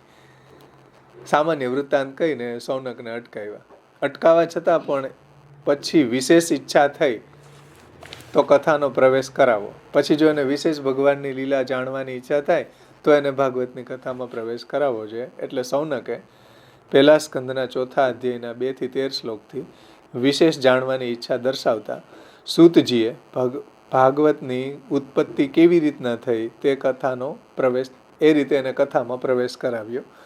અને પછી પણ અધિક પ્રશ્ન પૂછવામાં આવે તો શ્રી ભાગવતની કથા કેવી. અને પછી જ્યારે અધિક ઊંડાણપૂર્વક ભાગવતની એને જે જિજ્ઞાસા હોય જાણવાની ડિટેલ્સ, ભગવાનની લીલાઓ સાંભળવામાં એને એવો રસ આવતો હોય, આનંદ આવતો હોય અને ઊંડાણપૂર્વકની એની જે ભાગવત જાણવાની ઈચ્છા હોય તો પછી ભાગવતની કથા કેવી જોઈએ. 7મા અધ્યાયમાં ભાગવતની ઉત્પત્તિ કહ્યા પછી સૌનક ઋષિએ અધિક પ્રશ્નો કર્યા ત્યારે સૂતજીએ કથા કહેવા માંડી. ભાગવતની કથા આવી રીતના જ કહેવી જોઈએ. હર કોઈને જ્યાં ત્યાં કહેવી યોગ્ય નથી. આ મહાપ્રભુજી કહે ભાઈ બધાને ચાલુ જ ન કરી દેવાની. હાલો કથા સમજમાં આવી ગઈ તો નહીં. પહેલાં આપણને સામાન્ય ઉપરછલ્લો પ્રશ્ન પૂછે તો આપણે એને ઉપરછલ્લી કથા કહેવી જોઈએ. પછી વિશેષ પ્રશ્ન કરે તો પછી આપણે એને વિશેષ કથા કહેવી જોઈએ. અને ઊંડાણપૂર્વક જ્યારે કૃષ્ણની લીલા સાંભળવામાં એને રસ નિષ્પત્તિ થાય, આનંદ આવવા માંડે તો પછી એને ભાગવતની કથા કહેવી જોઈએ, બધાને ન કહેવી જોઈએ. હવે લોકમાં જુઓ બધા જે આવ્યા ને ભાગવતની કથા ચાલુ થઈ જાય, પણ એક ડિસિપ્લિન છે આ ભાગવતની કથા કહેવાની. એમ કેને કેવી ને કેને ન કેવી કે ભાઈ સામાન્ય ઉપર છલવો લોકમાં આપણે જોઈએ ને કે ઘણી વખત ઘણા લોકો ખાલી જાણવા જ માગતા હોય, કાંઈ કરતા ધરતા ન હોય, ઉપર છલો પ્રશ્ન પૂછે તો આપણે એને એમ જ પટાવવાનું હોય, એમાં કાંઈ વિશેષ કહેવાનું ન હોય. પછી જ્યારે એને બહુ જિજ્ઞાસા હોય, કોઈ એવા અધિકારી હોય તો એને વિશેષ રીતે આપણે એને સમજાવવું જોઈએ. નહીંતર પછી જવા દો ને મારા જ અધ્યાય હાલે ભાગવત વાંચું દરરોજ. હા. આ તો મહાપ્રભુજીનું બોલું છે ને, ભાગવતાર્થ નિબંધ છે, ભાગવતાર્થ પ્રકરણ. પ્રત્યેતાની દાદા. કારણ કે આ સાહિત્ય પ્રકરણ શરૂ થવાનું છે ને. હવે આપણે આનો અધ્યાય આવી રહ્યો છે, અધ્યાય અર્થ આવી રહ્યો છે, સાહિત્ય પ્રકરણના અધ્યાયના અર્થ. તો આજે સાહિત્ય પ્રકરણ આવવાનું છે, એના જે અધ્યાયો છે એના અહીંયા અર્થો શ્રી મહાપ્રભુજી સમજાવે છે. એમાં જોઈએ કે સાયુજ્ય પ્રકરણના 24મો, 30મો અને 31મો એમ 3 અધ્યાયો છે. 25 થી 29 બ્રહ્મભાવ મુક્તિના અધ્યાયો છે. 24, 30 અને 31 સાયુજ્ય મુક્તિના સાયુજ્ય પ્રકરણના અધ્યાયો છે. આનો ખુલાસો શ્રી મહાપ્રભુજીએ સમજાવી દીધો. આના 3 ને ઓના 5 કેમ? તો કે ભાઈ બ્રહ્મભાવ પ્રાપ્ત કરવાનું કાર્ય ભારે છે, એટલે બ્રહ્મભાવના અધ્યાયો છે એ 5 છે, 25, 26, 27, 28 અને 29. અને પ્રચેતાઓ ભગવાનના ભક્ત હતા અને એને શીઘ્ર સાયુજ્ય પ્રાપ્ત થાય છે, એટલા માટે એના 3 જ અધ્યાયો છે. શ્રી આચાર્યજી મહાપ્રભુજી આગળ ખુલાસો કરે છે કે 24મા અધ્યાયમાં સાયુજ્યનું સાધન, મહાદેવે પ્રચેતસોને કહેલો ઉપદેશ અને સાધનના સાધનરૂપ શું? તો કે પિતા બરહિસદની આજ્ઞા. એને કીધું હતું ને પ્રચેતાઓને તપ કરવાનું, અને મહાદેવજીનું દર્શન વગેરે કહેલા છે. એટલે પ્રચેતાઓ છે ને મહાદેવનું દર્શન થયું, મહાદેવજી એને ઉપદેશ કર્યો પછી, અને પછી તપ કરવા ગયા, ભગવાનની ભક્તિ થઈ, ભગવાનમાં એના દર્શન થયા. 30મા અધ્યાયનો અર્થ જો, આ 24મા અધ્યાયનો અર્થ થયો. 30મા અધ્યાયમાં શ્રી આચાર્ય ચરણો સમજાવે છે. 30મા અધ્યાયનો અર્થ ભગવાનની પ્રચેતસો ઉપર કૃપા અને રાજ્ય ભોગ. એટલે પછી પ્રચેતાઓએ રાજ્ય કર્યું એવું શ્લોક 17 વગેરે શ્લોક 17 વગેરે ગૌણ પ્રસન્નતા છે. એટલે ભગવાનની મુખ્ય કૃપા અને પછી રાજ્ય ભોગ છે એ ગૌણ પ્રસન્નતા છે. મુખ્ય જે છે એ ભગવાનની પ્રચેતા ઉપર કૃપા. જો 30મા અધ્યાયનો અર્થ ભગવાનની પ્રચેતસો ઉપર કૃપા અને એને રાજ્ય ભોગ મળ્યો, એ પણ એક ભગવાનની કૃપાથી મળ્યો છે, એટલે એ ગૌણ કૃપા છે, ગૌણ પ્રસન્નતા છે. 31મા અધ્યાયનો અર્થ પ્રચેતસોને પ્રાપ્ત થયેલ ફલ સાયુજ્ય મુક્તિ શ્લોક 14માં કહેલું છે. અને આ કથા શ્રવણ કરનાર વિદુરજીને પણ ભક્તિરૂપી ફલ પ્રાપ્ત થતાં તેનું હસ્તિનાપુર જવા પ્રયાણ છે. એટલે વિદુરજીએ 2 સ્કંધો સાંભળ્યા હતા, એને ભગવાનમાં ભક્તિ થઈ ગઈ. સર્ગ લીલા અને વિસર્ગ લીલા, 3જો અને 4થો સ્કંદ. આ 4થો સ્કંદ 31મા અધ્યાય સમાપન થશે. તો 31મો અધ્યાય સમાપન થયો તો વિદુરજીને ભગવાનમાં ભક્તિ થઈ ગઈ, અને એ સીધા ત્યાંથી નીકળી ગયા મૈત્રીજી પાસેથી, સીધા હસ્તિનાપુર આવી ગયા. કહેવાનું તાત્પર્ય છે કે 2 સ્કંધનું શ્રવણ કરતા જ ભગવાનમાં ભક્તિ થાય, તો આખું ભાગવત કોઈ શ્રવણ કરે તો ભગવાનમાં ભક્તિ થાય. એમાં કૈમુતિક ન્યાયથી કેવું શું એમ. તો 31મા અધ્યાયનો અર્થ પ્રચેતસોને પ્રાપ્ત થયેલું ફલ સાયુજ્ય મુક્તિ કહ્યા છે શ્લોક 14માં. અને આ કથા શ્રવણ કરનાર વિદુરજીને પણ ભગવાનમાં ભક્તિરૂપી ફલ પ્રાપ્ત થતાં તે હસ્તિનાપુર જવા પ્રયાણ કરે છે. બરહિસદ અથવા પ્રાચીન બરહીની મુક્તિ 25માંથી 29મા સુધીના 5 અધ્યાયોથી કહેલી છે. કેટલાક આ 8 અધ્યાયોથી તેની મુક્તિ કહેલ હોવાનું માને છે. કેટલાક એટલે બીજા મતવાળા, મહાપ્રભુજીના સિવાયના જે આ ભાગવતના કોમેન્ટ્રી લખવાવાળા છે, ટીકાકારો છે, એનો મત એવો છે કે 8 અધ્યાયો છે એ એનાથી મુક્તિ કહેલી છે. કેટલાક 8 અધ્યાયોથી તેની મુક્તિ કહેલ હોવાનું માને છે કે નહીં, બરહિસદની. તે ખોટું છે, કારણ કે તેને બ્રહ્મભાવ રૂપી મુક્તિ જ પ્રાપ્ત થવાનું કહેવાનું છે. એટલે જે બરહિસદ હતા, પ્રાચીન બરહી રાજા, એને બ્રહ્મભાવ રૂપી મુક્તિ થઈ છે, અને બ્રહ્મભાવ રૂપ મુક્તિ જ પ્રાપ્ત થવાનું કહેવાનું છે. અને એવી મુક્તિ માત્ર અવિદ્યા દૂર થવાથી જ થાય છે. આ બ્રહ્મભાવ રૂપી મુક્તિ પંચપર્વા અવિદ્યા દૂર થાય, પંચપર્વા વિદ્યા પ્રાપ્ત થાય, પછી એને બ્રહ્મભાવ રૂપી મુક્તિ થાય છે. તો અવિદ્યા દૂર થવાથી થાય છે. અને વિદ્યાના 5 અવયવો હોવાથી બ્રહ્મભાવરૂપી મુક્તિ 5 અધ્યાયોથી જ કહેલી છે. આ એની સંગતિ છે મહાપ્રભુજીએ કે ભાઈ 5 અધ્યાય કેમ? તો કે વિદ્યાના 5 અવયવો છે, વિદ્યાના 5 પર્વો છે: વૈરાગ્ય, સાંખ્ય, યોગ, તપ અને ભક્તિ. એ 5 અવયવો છે, એટલે 5 અધ્યાય છે. અને 5 પ્રકારની વિદ્યા પ્રાપ્ત થાય તો 5 પ્રકારની અવિદ્યા દૂર થાય. 5 પ્રકારની અવિદ્યા દૂર થાય તો બ્રહ્મભાવરૂપી મુક્તિ થાય. એટલે અહીંયા 5 અધ્યાયો છે બ્રહ્મભાવ મુક્તિના. શ્રી મહાપ્રભુજી એ રીતે એની સંગતિ સમજાવે છે કે અવિદ્યા વિદ્યાથી દૂર થાય. એટલે 5 પ્રકારની અવિદ્યા છે: દેહાધ્યાસ, ઇન્દ્રિયાધ્યાસ, પ્રાણાધ્યાસ, અંતઃકરણાધ્યાસ અને સ્વરૂપ વિસ્મૃતિ. એ 5 પ્રકારની વિદ્યા પ્રાપ્ત થાય તો 5 પ્રકારની અવિદ્યા દૂર થાય અને એને બ્રહ્મભાવની પ્રાપ્તિ થાય. તો અવિદ્યા દૂર થાય અને વિદ્યાના 5 અવયવો હોવાથી બ્રહ્મભાવરૂપી મુક્તિ 5 અધ્યાયોથી જ કહેલી છે. કારણ કે તેમાં મુખ્ય રીતે જ્ઞાનનું જ નિરૂપણ કરેલું છે. વળી એટલે આ 5 અધ્યાયોમાં મુખ્ય રીતે જ્ઞાનનું નિરૂપણ કર્યું છે. આ નારદજીએ બરિષદને ઉપદેશ આપ્યો છે. વળી આત્માની સાથે રહેલા જણાતા દેહમાં રહેલા સર્વ પદાર્થના સ્વરૂપનો નિર્ણય થાય ત્યારે સંદેહ વિના બ્રહ્મનું અને આત્માનું જ્ઞાન થાય છે. અને તે અહીં 5 જ અધ્યાયોથી કહેલું હોવાથી આ બ્રહ્મભાવના પ્રકરણના તેટલા જ, એટલે કે 5 અધ્યાયો છે.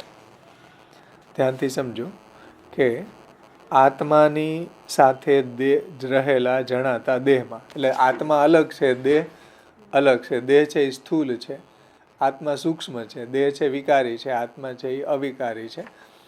તો આત્મા નિત્ય છે, દેહ અનિત્ય છે. આત્માની સાથે રહેલા જણાતા દેહમાં રહેલા સર્વ પદાર્થોના સ્વરૂપનો નિર્ણય થાય ત્યારે સંદેહ વિના બ્રહ્મનું અને આત્માનું જ્ઞાન થાય. એટલે આ રીતે નિત્યાનિત્ય વસ્તુ વિવેક. શું બ્રહ્મનું જ્ઞાન કઈ રીતે થાય? તો કે જ્યારે એને આત્માની સાથે રહેલા જણાતા દેહમાં સર્વ પદાર્થોના સ્વરૂપનો નિર્ણય થાય ત્યારે એને નિસંદેહ જ્ઞાન થાય છે, બ્રહ્મનું અને આત્માનું જ્ઞાન થાય. અને તે અહીં 5 જ અધ્યાયોથી કહેલું હોવાથી બ્રહ્મભાવના પ્રકરણના 5 અધ્યાયો છે. એટલે એમાં આ જે બરિષદ હતા એને ઉપદેશ કરેલો છે અને એનાથી એને બ્રહ્મભાવની પ્રાપ્તિ થાય છે. એ જ્ઞાનનો ઉપદેશ કરેલો છે નારદજીએ. ત્યાર પછી શ્રી મહાપ્રભુજી આગળ આજ્ઞા કરે છે કે સાયુજ્ય પ્રકરણ આ 3 અધ્યાયોથી જ કહેલું હોવાથી તે બ્રહ્મભાવ કરતાં હલકું હશે એમ ન માનવું. એવી સાયુજ્ય મુક્તિના 3 જ અધ્યાયો, બ્રહ્મભાવ પ્રકરણના 5 અધ્યાયો, એટલે બ્રહ્મભાવ કરતાં સાયુજ્ય હલકું થયું એવું ન માનવું. આવી શ્રી મહાપ્રભુજી અહીં ખુલાસો કરે કે સાયુજ્ય પ્રકરણ 3 અધ્યાયોથી જ કહ્યું છે અને 3 અધ્યાયથી કહેલું હોવાથી બ્રહ્મભાવ કરતાં હલકું હશે એમ ન માનવું. બ્રહ્મભાવમાં સર્વ વસ્તુઓના યથાર્થ જ્ઞાનથી બ્રહ્મનું અને આત્માનું જ્ઞાન થવાથી આત્મામાં જ સુખ થાય છે.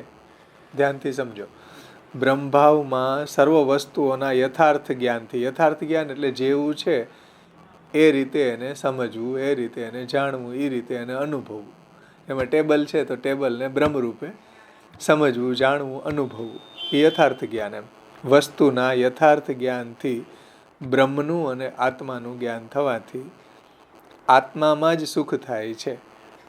મતલબ કે બધી ઇન્દ્રિયોથી ભગવાનને એને સુખ ભગવાનનું પ્રાપ્ત ન થાય, કેવલ આત્માથી જ એ અનુભૂતિ કરી શકે, આનંદની સર્વેન્દ્રિયોથી ન કરી શકે. બ્રહ્મભાવમાં સર્વ વસ્તુઓના યથાર્થ જ્ઞાનથી બ્રહ્મનું અને આત્માનું જ્ઞાન થવાથી આત્મામાં જ સુખ થાય છે, ઇન્દ્રિયો વગેરેમાં સુખ થતું નથી. જુઓ, હમણાં જ આપણે જોઈ ને એ કારિકા મહાપ્રભુજીની શાસ્ત્રાર્થ પ્રકરણની 51મી કારિકા, બ્રહ્માનંદે પ્રવિષ્ટા નામ આત્મનૈવ સુખપ્રમા. બ્રહ્માનંદની અંદર જે પ્રવિષ્ટ થઈ ગયો એને કેવલ આત્માથી જ સુખ થાય. કેમ? સંઘાતસ્ય વિલીનત્વાत्. એના સંઘાત એટલે આ બધી ઇન્દ્રિયોનો લય થઈ જાય. ઇન્દ્રિયોનો લય થઈ જાય તો પછી આનંદ કેમ લે? ભક્તિનો ન લઈ શકે ને. કારણ કે આત્માથી જ આનંદ લઈ શકે, ઇન્દ્રિયોનો તો અક્ષર બ્રહ્મમાં લય થઈ ગયો. એટલે શ્રી મહાપ્રભુજી અહીં કહે છે કે આત્માથી જ આનંદ લઈ શકે અક્ષર બ્રહ્મનો, ભગવાનનો આનંદ એને ન આવે. કેમ ન આવે? તો કે બધી ઇન્દ્રિયોનો લય થઈ જાય, સર્વેન્દ્રિય. અને ભક્ત છે એ એના ઘરમાં ઠાકોરજીની સેવા કરતો હોય તો સર્વેન્દ્રિય તથા ચાંતઃકરણે આત્મા નામ અપી બ્રહ્મભાવાતું ભક્તા નામ ગૃહેવ વિશિષ્યતે. ભક્ત છે એ તો બધી ઇન્દ્રિયોથી ઠાકોરજીને રિલીઝ કરી શકે, બધી ઇન્દ્રિયોથી ઠાકોરજીની સેવા કરી શકે. સર્વેન્દ્રિય તથા ચાંતઃકરણે, અંતઃકરણ, મન, બુદ્ધિ, ચિત્ત, અહંકાર બધી ઇન્દ્રિયોથી ભગવાનને માણી શકે, ઠાકોરજીને એન્જોય કરી શકે. એટલે એની વિશેષતા બતાવી. બ્રહ્મભાવ કરતાં ભક્ત જે છે એની જે સાધન અવસ્થા છે એ શ્રેષ્ઠ છે. જ્ઞાનીઓના ક્લાઇમેક્સ એટલે જ્ઞાનીઓના મોક્ષ કરતાં પણ ભક્તની સાધન અવસ્થા શ્રેષ્ઠ છે, એવું મહાપ્રભુજી ત્યાં શાસ્ત્રાર્થ પ્રકરણની 51મી કારિકામાં સમજાવે છે. એ વાતને અહીંયા શ્રી આચાર્યજી સમજાવે છે કે ઇન્દ્રિયો વગેરેમાં સુખ ન થાય બ્રહ્મભાવની અવસ્થામાં, જ્યારે સાયુજ્યમાં તો બધી ઇન્દ્રિયોને અને આત્માને પણ બીજું સર્વ ભૂલાવે તેવા અમુક પ્રકારના આનંદરૂપી ઉત્સવ થયેલો હોય છે. બીજું સર્વ એટલે સંસાર આસક્તિ. બધી ઇન્દ્રિયોથી જ્યારે એ ઠાકોરજીની સેવા કરે અને ત્યારે એને બધી ઇન્દ્રિયોથી, આત્માથી, અંતઃકરણથી આનંદ જ આવે અને બીજું સર્વ ભૂલાવે એવા અમુક પ્રકારના આનંદરૂપી ઉત્સવો થયેલા હોય છે. એટલે એના હૃદયમાં, એની ઇન્દ્રિયોમાં એ ભગવાનના ભજનનો જે આનંદ આવે છે એનાથી બધું ભૂલી જાય છે, સંસાર વગેરે, બીજા બધા જે પ્રપંચ વગેરે. એટલે પ્રપંચ વિસ્મૃતિપૂર્વક એની ભગવદ આસક્તિ સિદ્ધ થાય છે. તો સર્વ ભૂલાવે એવા અમુક પ્રકારના આનંદરૂપી ઉત્સવ થયેલો હોય છે અને તે પ્રાપ્ત કરવાનો રહેતો નથી. એટલે એને સહજ જ એવો આનંદની પ્રાપ્તિ થઈ જાય છે ભગવાનના સેવાથી. ભગવાનનો આનંદ એને પ્રાપ્ત થઈ જાય છે. તેથી સાયુજ્યમાં પૂર્ણ આનંદ હોવાથી અને બ્રહ્મભાવમાં હદવાળો આનંદ હોવાથી સાયુજ્ય બ્રહ્મભાવ કરતાં ઉત્તમ છે. એટલે સાયુજ્યમાં પૂર્ણ આનંદ છે, બધી ઇન્દ્રિયોથી, અંતઃકરણથી, આત્માથી, બધી રીતે ઠાકોરજીને આપણે માણી શકીએ એટલે પૂર્ણ આનંદ કીધો. અને બ્રહ્માનંદે પ્રવિષ્ટાનામ આત્મનૈવ સુખપ્રમા. અને જે બ્રહ્માનંદની અંદર તો કેવલ આત્માથી જ આનંદ લઈ શકાય, બધી ઇન્દ્રિયોનો તો એમાં લય થઈ જાય છે. એટલે શ્રી મહાપ્રભુજી એનું કમ્પેરિઝન કરીને સમજાવે છે કે બ્રહ્મભાવમાં હદવાળો આનંદ છે અને સાયુજ્યની અંદર પૂર્ણ આનંદ છે. સાયુજ્યમાં પૂર્ણ આનંદ હોવાથી અને બ્રહ્મભાવમાં હદવાળો આનંદ હોવાથી સાયુજ્ય બ્રહ્મભાવ કરતાં ઉત્તમ છે. પ્રાચીન બરહીને બ્રહ્મભાવ નારદજીના ઉપદેશથી પ્રાપ્ત થયો અને તેનાથી જ તેને ફલની પ્રાપ્તિ થઈ. જે પ્રાચીન બરહી રાજા હતા, પ્રચેતાસોના પિતા, એને બ્રહ્મભાવરૂપી ફલ પ્રાપ્ત થયું નારદજીના ઉપદેશથી અને પ્રચેતાઓને શિવજીના ઉપદેશથી ભગવાનનું દર્શન થયું, ભગવાનમાં સાયુજ્ય થયું. તો પછી પ્રશ્ન થાય કે માત્ર નારદજીના ઉપદેશથી ભગવાનની કૃપા વિના પ્રાચીન બરહીને મોક્ષ કેવી રીતના પ્રાપ્ત થયો? કેવલ નારદજીના ઉપદેશથી ભગવાનની કૃપા વિના પ્રાચીન બરહી રાજાને મોક્ષ કેવી રીતના મળ્યો? એટલે બ્રહ્મભાવરૂપી ફલ કેવી રીતના પ્રાપ્ત થયું? કારણ કે એવી રીતના ફલ પ્રાપ્ત થવામાં ફલ ભગવાનથી પ્રાપ્ત થાય છે એવું બ્રહ્મસૂત્રમાં વેદવ્યાસજીએ કીધું. બ્રહ્મસૂત્ર 3 અધ્યાય 2 પાદનું 38મું શ્લોક, 38મું સૂત્ર છે. ફલ મત ઉપપત્તે. ફલ તો બધાને ભગવાન જ આપે, ગમે એવા જીવ હોય, પ્રવાહી હોય કે મર્યાદા હોય કે પુષ્ટિ, બધાને ભગવાન જ ફલ આપે છે.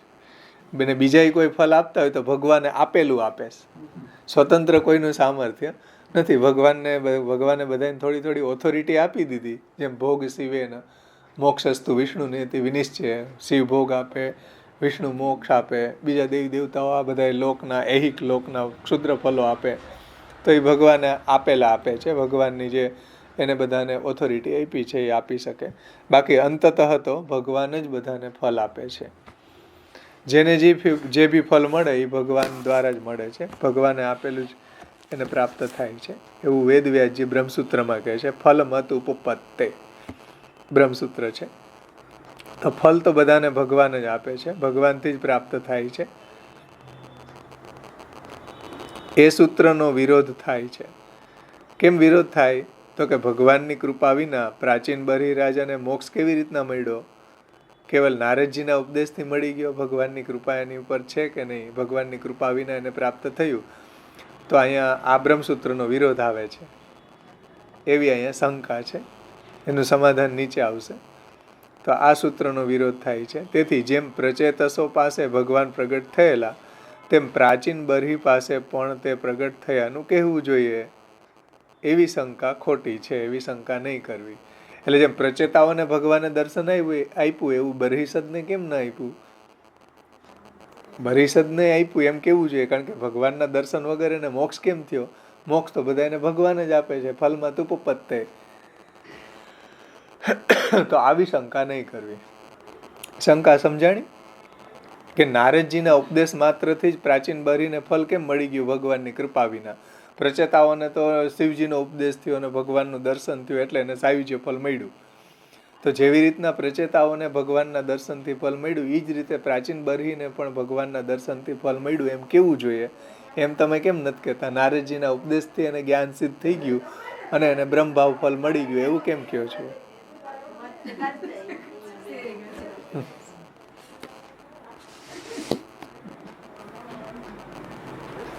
આ શંકા છે. એના સમાધાનમાં કહે છે નારમ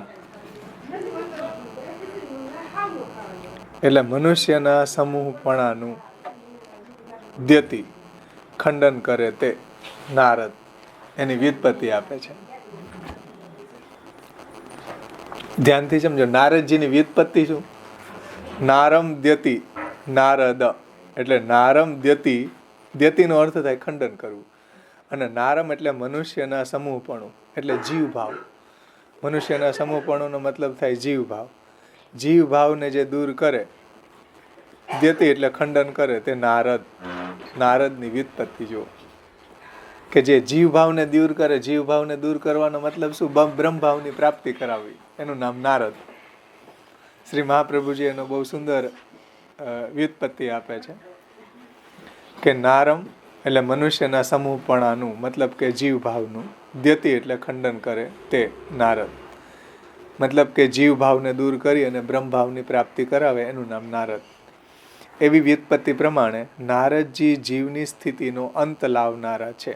જીવની સ્થિતિનો અંત મતલબ કે હવે એને બ્રહ્મભાવ પ્રાપ્ત થઈ જશે, મોક્ષ થઈ જશે, ફરી પાછો એને જીવભાવ પ્રાપ્ત નહીં થાય. એમ જ્યાં સુધી જીવભાવ હોય ત્યાં સુધી એને આવાગમન કરવું પડે અહીંયા લોકમાં, ભૂતલ ઉપર, સંસારમાં. જીવભાવ જ્યારે એનો દૂર થાય ત્યારે એને મુક્તિ થાય. તો નારદજી શું કરે? ઉપદેશ આપી અને એના જીવભાવને દૂર કરીને બ્રહ્મભાવની પ્રાપ્તિ કરાવે, જેમ બરહીસદને કરાવી. આવી વ્યુત્પત્તિ પ્રમાણે નારદજી જીવની સ્થિતિનો અંત લાવનાર છે, અને તેવું કાર્ય તો ભગવાનથી જ થઈ શકે તેવું હોવાથી નારદજીમાં જેમનો આવેશ થયેલો છે તેવા ભગવાનના સ્વરૂપનું જ તે નારદ એવું નામ છે. નારદ એટલે જેનો ભગવાનમાં આવેશ છે એનું નામ નારદ. નારમ દ્યુતિ ખંડયતિ ઇતિ નારદ, જે જીવભાવને દૂર કરીને બ્રહ્મભાવને પ્રાપ્ત કરાવે એનું નામ નારદ. અને નારદજીમાં ભગવાનનો આવેશ છે એટલે એણે ઉપદેશ આપ્યો બરહીસદને, ને બરહીસદને બ્રહ્મભાવની પ્રાપ્તિ થઈ. એટલે તાત્પર્ય અહીંયા જે ઉપર શંકા ઉઠાવી હતી એનું અહીંયા સમાધાન કર્યું કે ભાઈ ભગવાનની કૃપા વિના કેવલ નારદજીના ઉપદેશથી જ પ્રાચીન બરહીને કેમ મોક્ષ મળી ગયો? તો કે નારદજીમાં પણ ભગવાનનો આવેશ છે એટલા માટે. એટલે આ વ્યુત્પત્તિ અહીંયા આપી છે. એટલે નારદજીમાં પણ ભગવાનનો આવેશ હોવાથી તેવા ભગવાનના સ્વરૂપનું જ તે નારદજી એવું નામ છે. એટલે ભગવાનનો આવેશ જેમાં છે એવું જે સ્વરૂપ એનું નામ નારદ. અને તેમનાથી જ બ્રહ્મભાવ રૂપી મોક્ષ પ્રાચીન બરહી રાજાને પ્રાપ્ત થયો. વળી ભગવાન બહાર પ્રગટ થયા વિના પણ આત્મા એટલે કે બ્રહ્મનું સ્વરૂપ હોવાનું ભાન થવાથી પણ ઉપર કહેલું ફલ એટલે કે બ્રહ્મભાવ પ્રાપ્ત થાય છે. ભગવાન બહાર પ્રગટ ન થયા હોય તો પણ, વળી ભગવાન બહાર પ્રગટ થયા વિના પણ આત્મા એટલે બ્રહ્મનું સ્વરૂપ હોવાનું ભાન થવાથી પણ, એટલે આત્મા બ્રહ્મનું સ્વરૂપ છે એવું ભાન થવાથી પણ બ્રહ્મભાવ રૂપી ફલ મળે છે. અને પ્રચેતાઓ ભક્ત છે, એને ભગવાનનું દર્શન થયું, એનાથી એને સાયુજ્ય થયું. પ્રાચીન બરહી રાજાને નારદજીના ઉપદેશથી આત્મા બ્રહ્મ સ્વરૂપ છે એવું એને જ્ઞાન થવાથી એને બ્રહ્મભાવરૂપી ફળ પ્રાપ્ત થયું. આ રીતે અહીંયા ઉપરની શંકાનું સમાધાન કર્યું છે. નારદે કરેલ ઉપદેશ માત્ર જ્ઞાનનો ઉપદેશ હોવાથી બ્રહ્મભાવ પ્રાપ્ત થવાનું તે મુખ્ય કારણ નહીં હોય એમ પણ ન માનવું, કારણ કે ભગવાન સાથેના ગુરુએ કરેલા જ્ઞાનના ઉપદેશથી પણ ફળ પ્રાપ્ત થાય છે.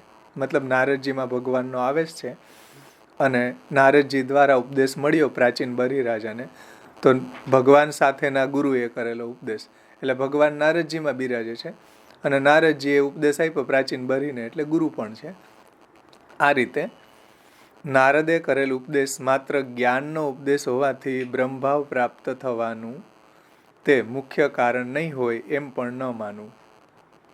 એટલે જ્ઞાનનો ઉપદેશ નારદજીએ પ્રાચીન બલિરાજાને કર્યો અને એ ઉપદેશ જ્ઞાનનો ઉપદેશ હોવાથી બ્રહ્મભાવ પ્રાપ્ત થવાનું તે મુખ્ય કારણ નહીં હોય, કોઈ એવું માને તો એમ ન માનવું. શ્રી મહાપ્રભુજી એનું સમાધાન કરે છે, કારણ કે ભગવાન સાથેના ગુરુએ કરેલા જ્ઞાનના ઉપદેશથી પણ ફળ પ્રાપ્ત થાય છે.